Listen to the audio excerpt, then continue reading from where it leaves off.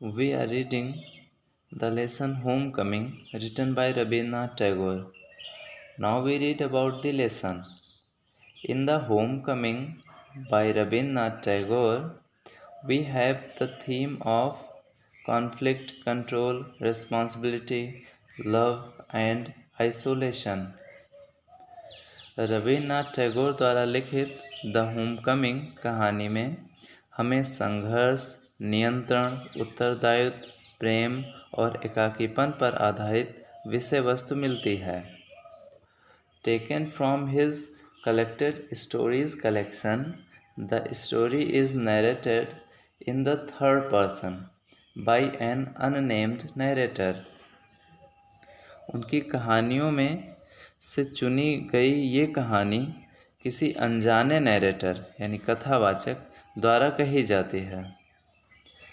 And from the beginning of the story the reader realises that Tagore may be exploring the theme of conflict.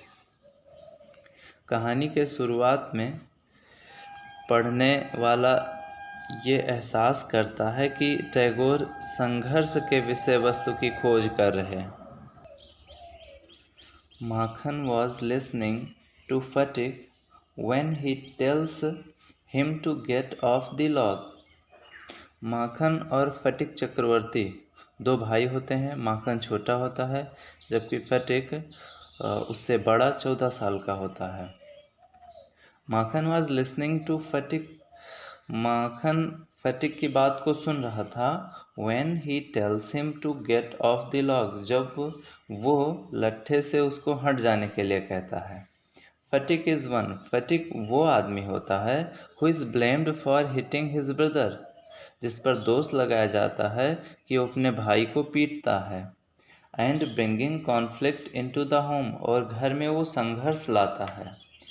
फटिक्स mother lacks the responsibility, Phatik की माँ में उत्तरदायित्व की कमी होती है।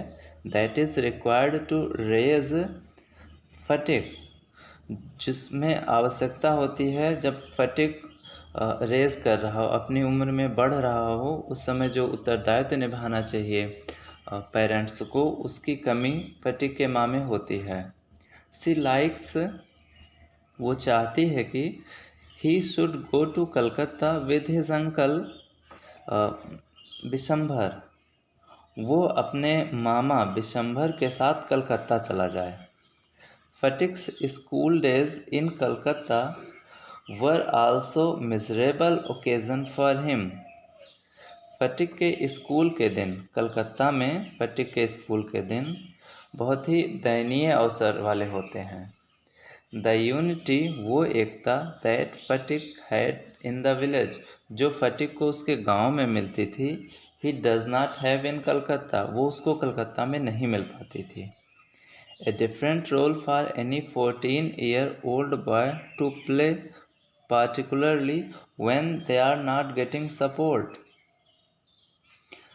that they need from adults around them।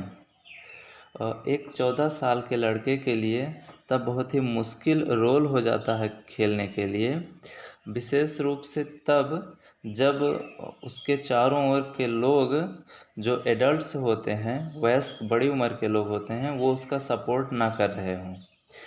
फटिक को उसके मामा के यहाँ फुल सपोर्ट नहीं मिलता था। उसकी मामी बात बात पे उसको डांटती थी और वो उतनी परवाह इसकी नहीं करती थी जितनी वो अपने बच्चों की करती थी। Phatik missed the village is noticeable by the fact, Phatik अपने गांव को मिस करता है, उसकी याद करता है, और ये इस तथ्य पर स्पष्ट हो जाता है that he attempts to walk home to the village, कि वो गांव के लिए या गांव वाले घर के लिए वो पैदल जाने का प्रयास करता है। But instead manage to make himself sick, लेकिन इसके बदले में वो अपने आप को बीमार कर लेता है। The end of the story is also interesting, कहानी का अंत भी बहुत ही रुचिकर है। As it becomes clear to the reader, क्योंकि रीडर को ये स्पष्ट हो जाता है that Phatik due to his illness is delusional, कि फैटिक अपनी बीमारी के दौरान भ्रम से पीड़ित हो जाता है और उसको तरह तरह की आवाज़ें सुनाई देती हैं, इस टाइप की बीमारी। It is there where the blame for Phatik's premature death lays, और ये वहाँ तक ले जाता है जब तक फैटिक के प्रीमेचर डेथ, समय से पूर्व मृत्यु ना आ जाए। Neither woman has shown fatigue the love he deserved and needed। वो औरत यानी उसकी मामी फटिक को वो प्रेम नहीं दिखाती है जिसका वो पात्र होता है और उस प्रेम को उसकी आवश्यकता होती है। द ऑथर पॉसिबली सजेस्टिंग, और लेखक ये सुझाता है that Phatik should never have been taken out of the village environment he was used to. Phatik को उसके गांव के वातावरण से बाहर नहीं लाना चाहिए था जहाँ पे वो रहा करता था। He was a lover of nature, वो प्रकृति प्रेमी था। But he ended his life surrounded by the walls of Calcutta, लेकिन उसके जीवन का अंत कलकत्ता के घिरी हुई चार दीवारी दीवालों के बीच में हुआ।